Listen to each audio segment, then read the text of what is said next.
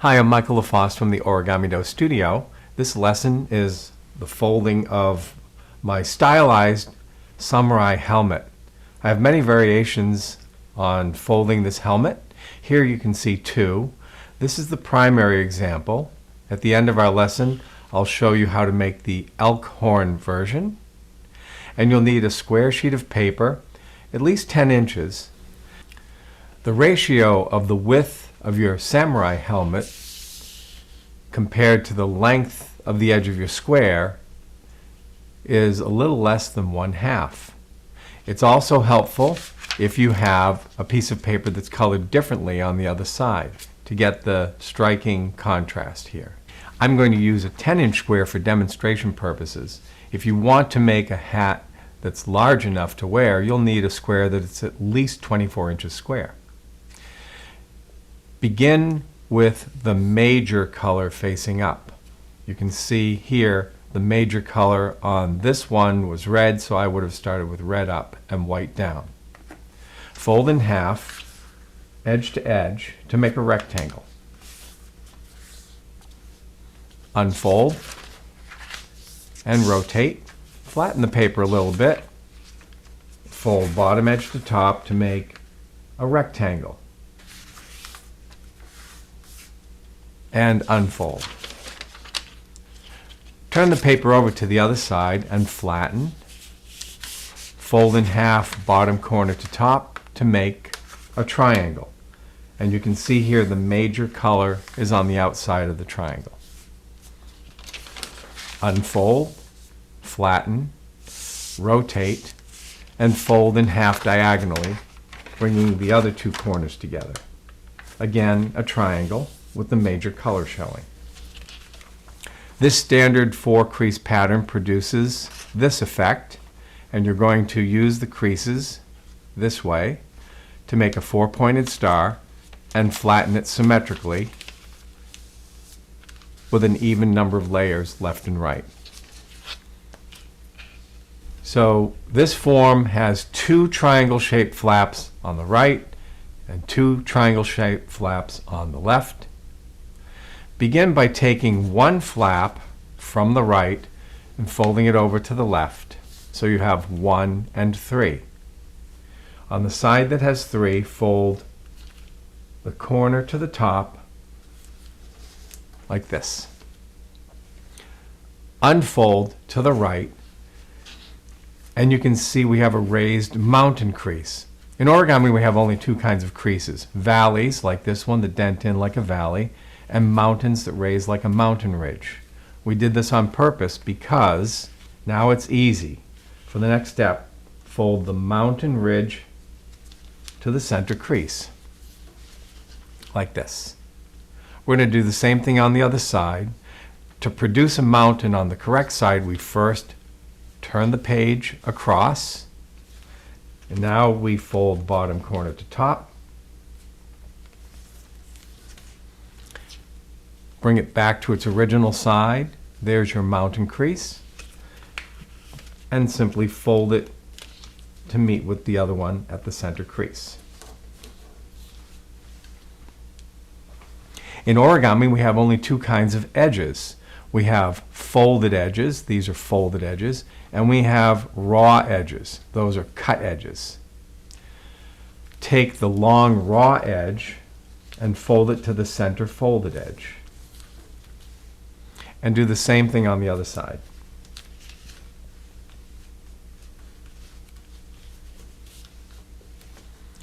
So we have our raw edges in the middle.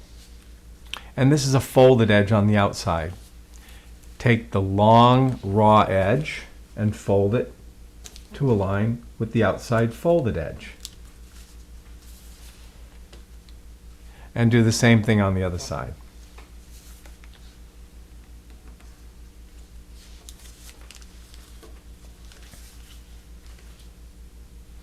So we have created fan pleats, and we're going to pull these open.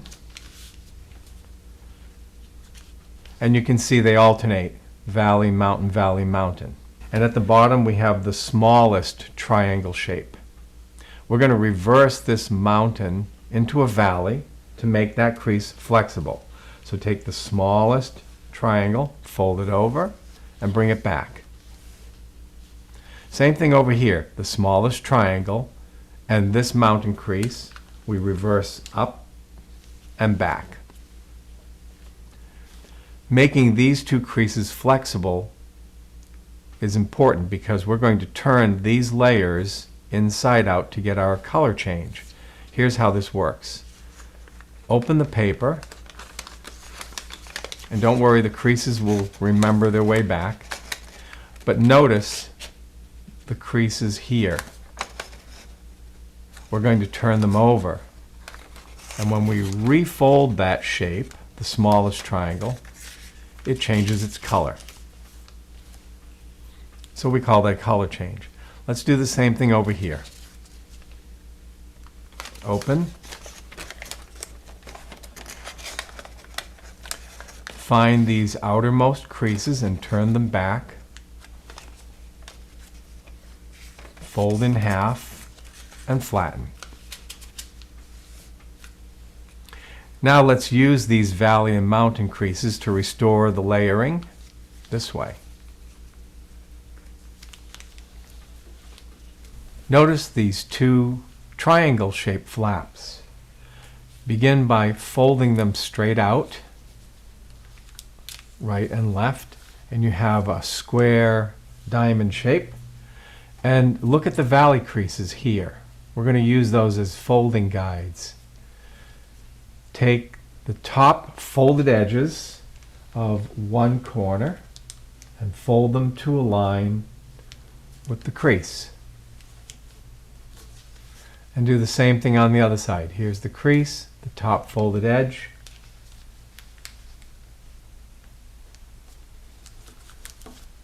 Like that. Then unfold those, flatten them a little bit, and return the triangle flaps. We've produced these two angled creases, and we need to reverse them to make them more flexible for a later fold. So, flatten and bend exactly backwards, this way. Let's do the same thing on the other side. Flatten it a little bit and bend the crease exactly backwards from its original position. Then unfold. Here we have our color changed fins. We're going to turn them inward, just hinging them like this. Take the bottom right side corner and fold it all the way to the top center corner. And repeat on the other side.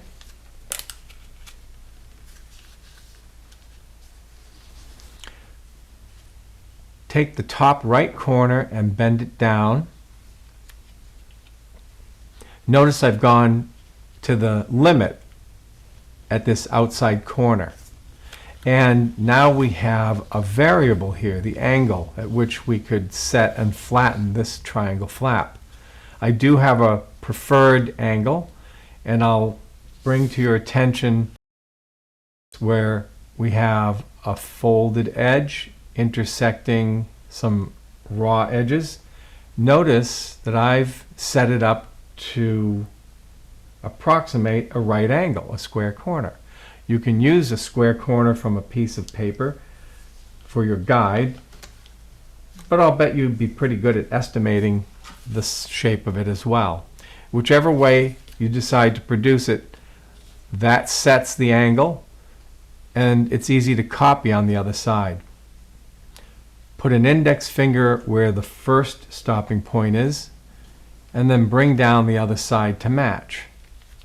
Remember, we're flattening to the limit out here as well.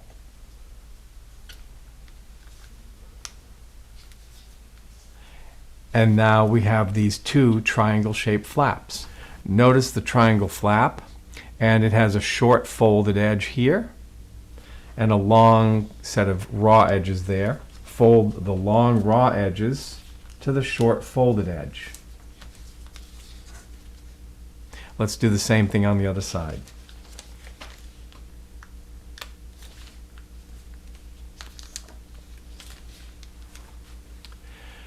Notice where the raw edge of the colored triangle intersects with the raw edges of the white shape here, that point. Put your index finger of one hand at that point and pull this corner down and flatten. Full extension out here and stopping at that point where they intersect, like that. Let's do the same thing on the other side.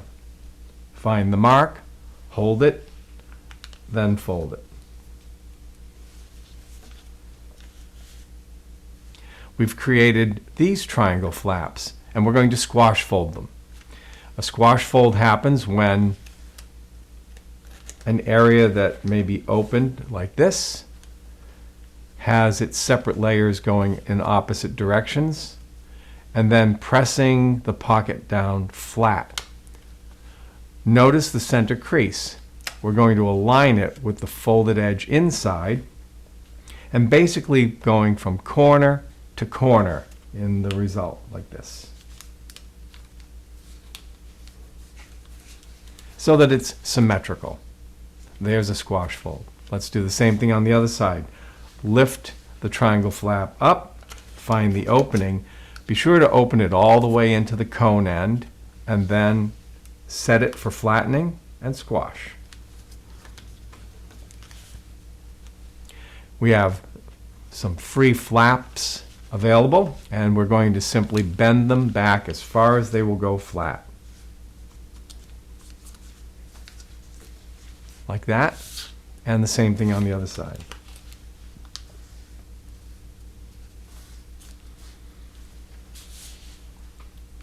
Now, we're going to take a moment to shape these new triangle flaps. There are variations that I do on this, but the one I'm going to show you today is to return the flap to the original position. Here's a crease, and we're going to take the bottom edge of that flap, fold it to the crease, and then hinge it back over. And so you can see the difference in these shapes. We're going to copy that over here. Bring the flap over, find your crease. It's the bottom edge that goes to the crease. And then back over. Next, notice this short raw edge here on the top layer and the adjacent folded edge below. Fold the raw edge down to the folded edge. And do the same thing on the other side.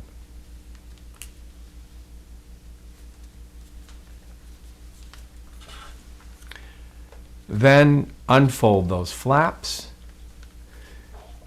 and we're going to perform an inside reverse fold with this setup here.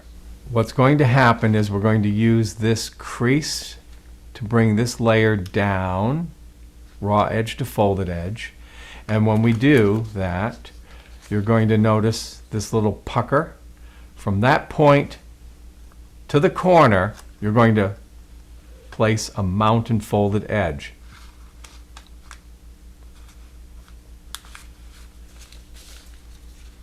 And then flatten. So you can see the new shape. We're going to do it on the other side. Lift up.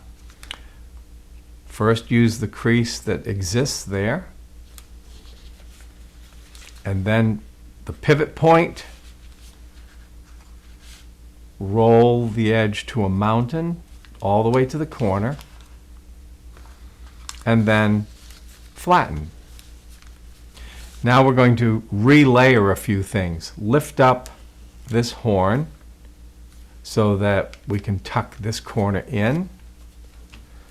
And now we have a full view of that nice shape, and we're going to do the same thing on the other side. It's into this layer here and trap it like that. Turn the paper over and upside down, and you can see this square diamond shape.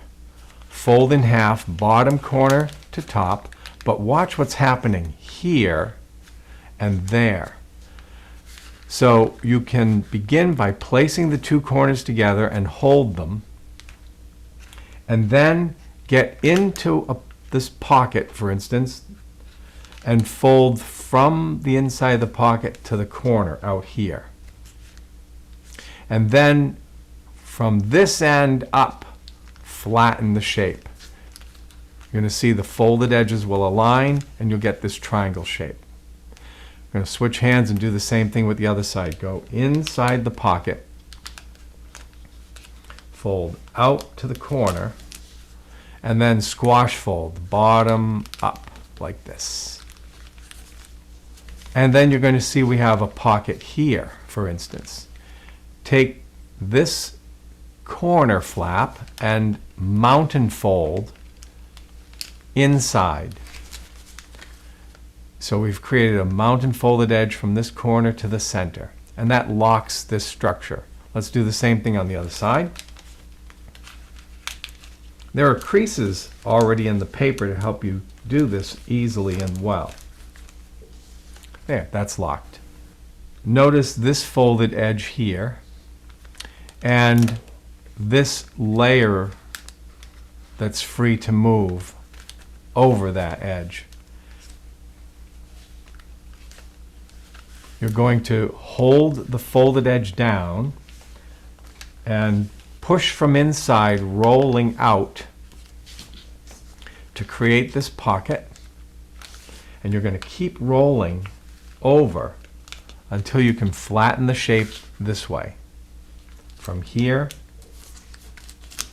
to the corner, and flatten all of the folding areas like that.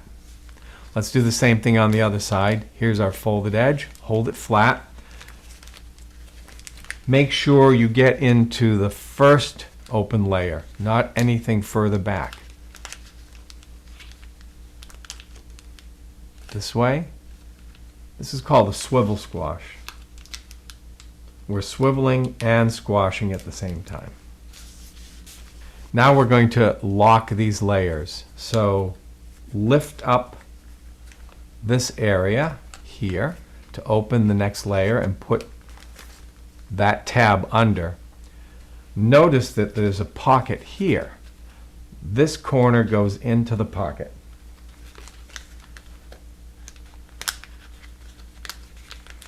Like that. And let's do the same thing on the other side. Lift the layer up. This goes inside here, and the corner goes into that pocket. Like this. And you can see this is nice and hollow. For a display stand, I like to take this back corner and fold it up, R-A-T, right about there. So we have a folded flat edge. And once you have the level, I like to reverse it so that it's hidden inside.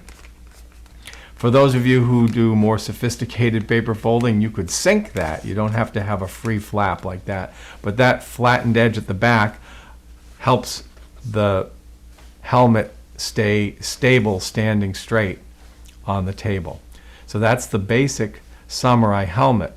To make the elk horn version from here, take the two long edges of the triangle and fold them together. Then unfold. And by the way, notice the position before starting. Not this way, but out like that. Now, take the next edge of the triangle, this short one for instance, and fold that corner in half, edge to edge here. And then we have this obtuse angle here. We're going to fold this one in half. So we fold like this. So each of the three corners of the triangle have been folded in half. Now when we hinge this over front ways, we activate all three of those creases as mountains on the display side. And here you can see that pronged effect and the narrowing and this elk horn effect. So that's how that is done if you'd like to do the other variation on this particular example. Here again are the finished models. This is the standard version, front and back. And then here is the pronghorn version. And there are many variations from here, so have fun looking for those as well. We hope you enjoyed this. Happy folding!